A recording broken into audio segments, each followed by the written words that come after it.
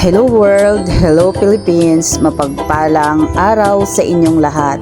Ang order naman ngayon ni Ate Kathleen ay ang pork tapa na may itlog. Pork tapsilog. Ito na nga po ang marinated pork meat natin na ating gagawing tapa.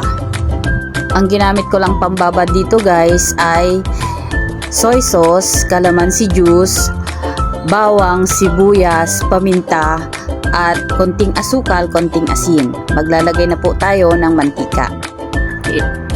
Ilagay na po natin ang ating bawang. Samahan nyo ako guys sa aking pagluluto. Isunod na natin ang ating sibuyas. Maglalagay din tayo guys ng powder na paminta.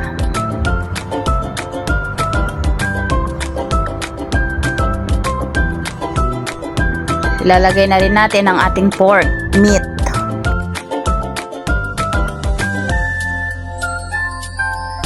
Tatakpan muna natin guys para kumapit yung aroma ng ginamit nating panggisa para mabango.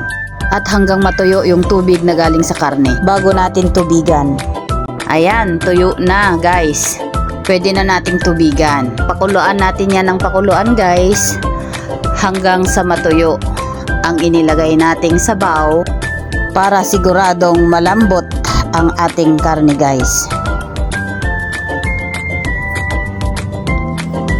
Naglagay ako ng konting seasoning guys para lalong mas masarap.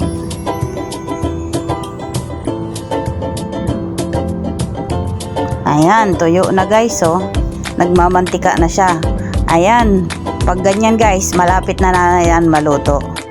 Ganyan lang kadali guys magluto ng pork tapa. Ayan, ang bango-bango.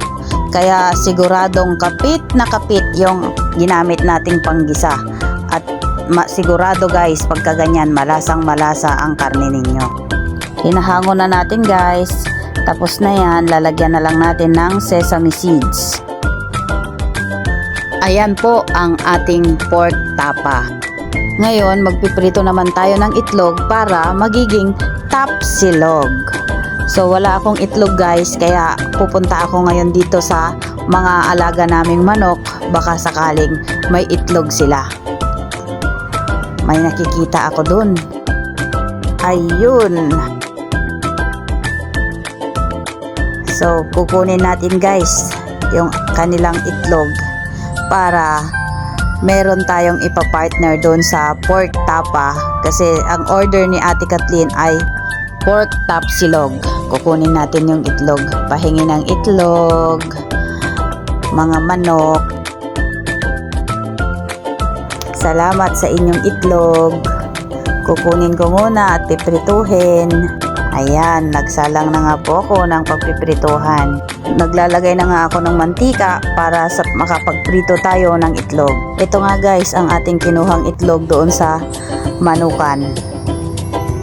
Ayan, piprituhin na nga natin. So, simple lang yan guys. So, alam nyo na yan kung paano magprito.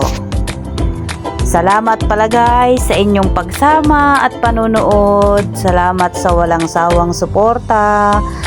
God bless you all guys.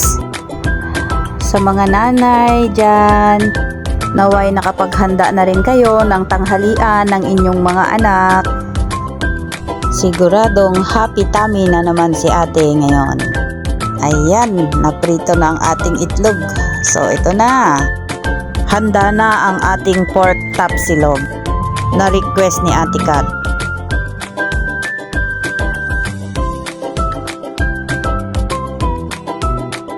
Uy, ayan na si ate.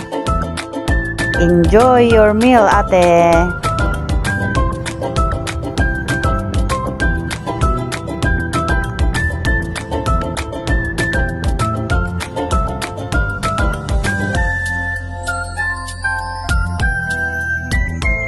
Unang subo ni ate, ang laki.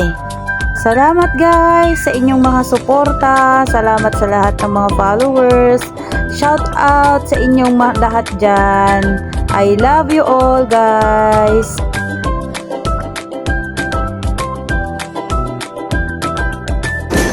Sarap.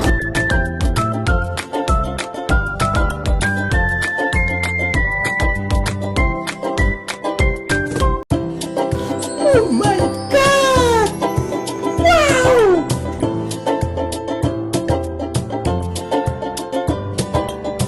Salamat, Ate Kathleen, nagustuhan mo ang niluto ni Mama.